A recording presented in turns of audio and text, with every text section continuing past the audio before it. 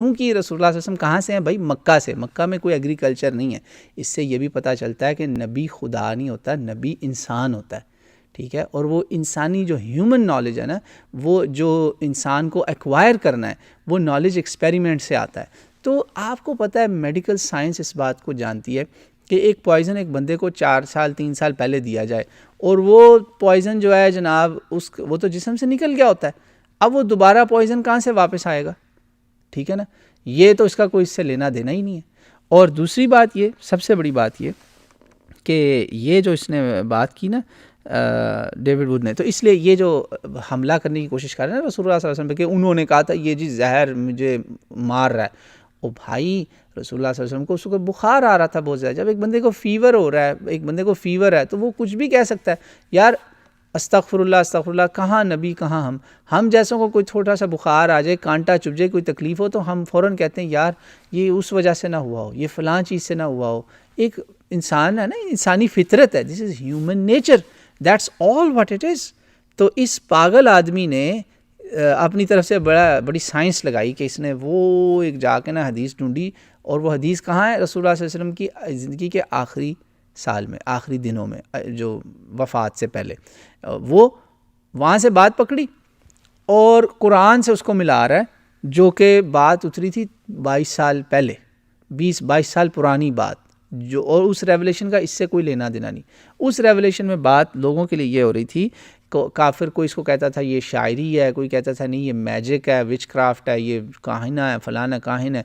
تو اللہ نے کہا نہیں، یہ اللہ کا کلام ہے، اگر یہ اس کا اپنا کلام ہوتا تو ہم اس کو بات بھی نہ کرنے دیتے، اس کو وہیں اس کی گرفت ہو جاتی، نعوذ باللہ گرفت ہو جاتی.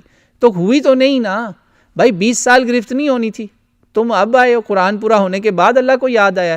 وہ تم ڈیوڈ ووڈ سے کوئی پوچھے کہ جس گاڈ کو تم مانتے ہو نا، اس گاڈ کو لگتا ہے 20 سال انتظار کرنا پڑا کہ ایک نبی جو تھا اس کو 20 سال پتہ ہی نہیں چلا گاڈ کو کہ یار یہ تو بھائی قرآن مینوفیکچر کر رہا ہے. نعوذ باللہ. ان کا کرسچن جو ایونجیلیکلز ہیں نا، جو مسلمانوں پہ حملے کرتے ہیں، یار آئی فیل سوری فار دیم.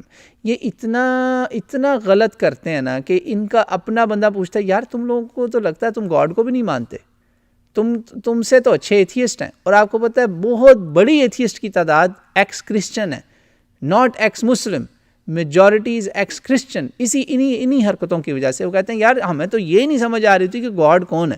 کہیں وہ اس کو نمبروں کا دھوکہ لگ رہا ہے، کہیں وہ کہہ رہا ہے کہ اتنے مرے یا پتہ نہیں کتنے مرے، کہیں اس کا نمبر ہی غلط ہو جاتا ہے. یہ گاڈ ہے.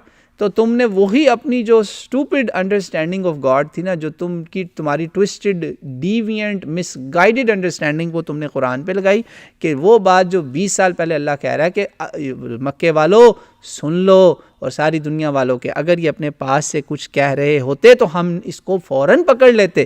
وہاں بات ساری ہو رہی حاضر کی، فیوچر کی. اتنی 20 سال بعد کی بات نہیں ہو رہی جو تم نے اپنی طرف سے جسے کہتے ہیں لوگیڑ لگایا یا کولڈ ویلڈنگ کرنے کی کوشش کی ہے. Sorry, not a good try, you field. تو ڈیوڈ ووڈ صاحب کی یہ چلاکی جو ہے نا، اس کا تو ہو گیا الحمدللہ اچھا خاصا رد.